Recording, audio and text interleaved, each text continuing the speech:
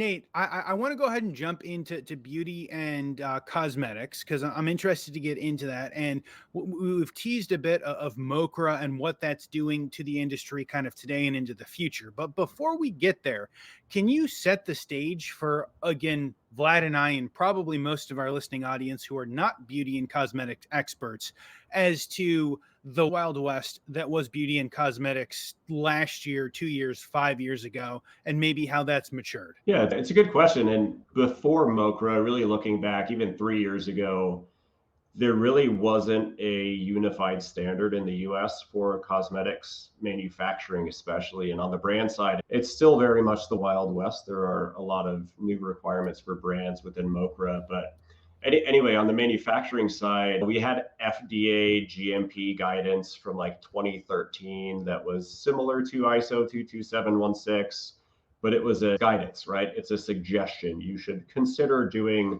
this thing in this way. Guidance has no teeth, and FDA couldn't hold anyone accountable in not doing things that way.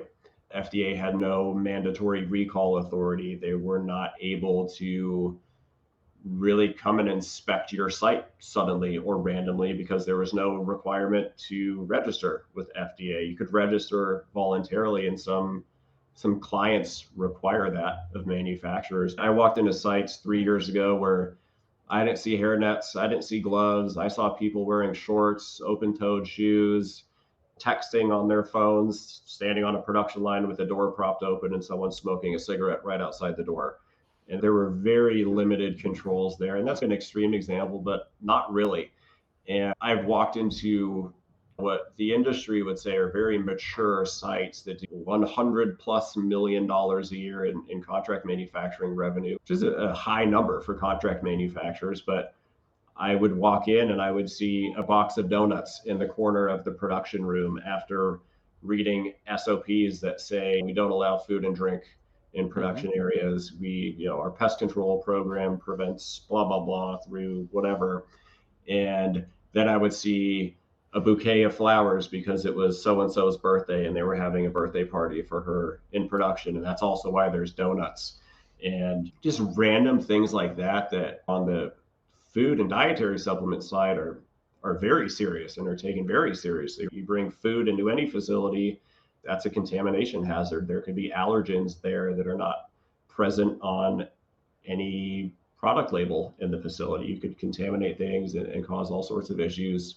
And you don't want to find half of a donut in your bottle of shampoo, right? And it was fascinating to see how laissez-faire people were about product safety and good manufacturing practices. But I imagine we'll get to story time soon. I have a fun cosmetics GMP horror story, but there were very limited controls is really what I'm getting at. And the expectations were low then, and they continue to be low now, even with ISO 22716, which I fully expect FDA will use as the framework to build the good manufacturing practices required by MoCRA. We should know more by the end of the year. I think the date they gave themselves to release that proposed GMP set of rules is like December 23rd of 2024 this year. It's been chaos, and it will continue to be chaos, I think, for years to come. MoCRA final rule for GMPs is due 2025, 2026, December 23rd, 2025. You'll probably have a year or two to comply with that requirement, which, if you think about that, we're in 2024 right now. We should know what the final GMPs are in 2025. Give us 2 years to comply. We're into 2027, and then FDA will start inspecting sites 2027. We'll probably inspect a few before then, but we are years away from really feeling the effect of improvements with GMPs inside of cosmetics.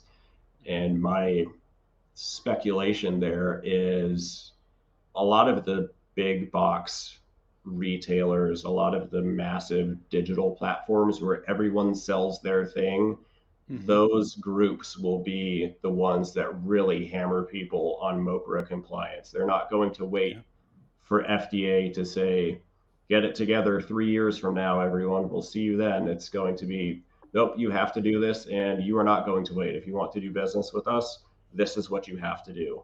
even though it's not at its compliance date within MoCRA from FDA, you're going to have your facility registered, you're going to have your products listed, you're going to have a quality management system, you're going to have to review your labels, substantiate safety data, do all of the things MoCRA is requiring, because it puts the retailer at risk. It puts those digital platforms at risk to rely on FDA to enforce the regulations, which I always tell people they have to remember regulation is the minimum requirement. That is not the top of the pyramid, that is the bottom. It's great to high five yourself if you comply with the regs. I think it's good to do that. You should comply with regulations, but that's not where the journey stops. That's really where it begins when it comes to quality.